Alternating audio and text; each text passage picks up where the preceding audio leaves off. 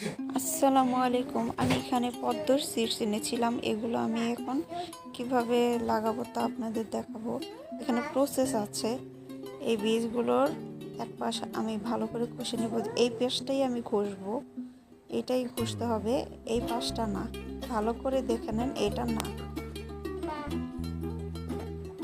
আমি এইভাবে করে সবগুলো বীজ ঘষে নিয়েছি।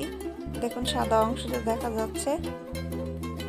এভাবে করে প্রত্যেকটা বীজ আমি ঘষে নিয়েছি।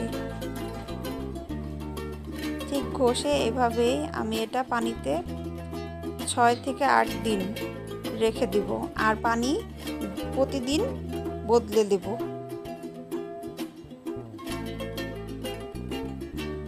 এভাবে করে পানি বদলাতে আমার দেখুন অঙ্কুরগুলো বেরিয়ে আসছে।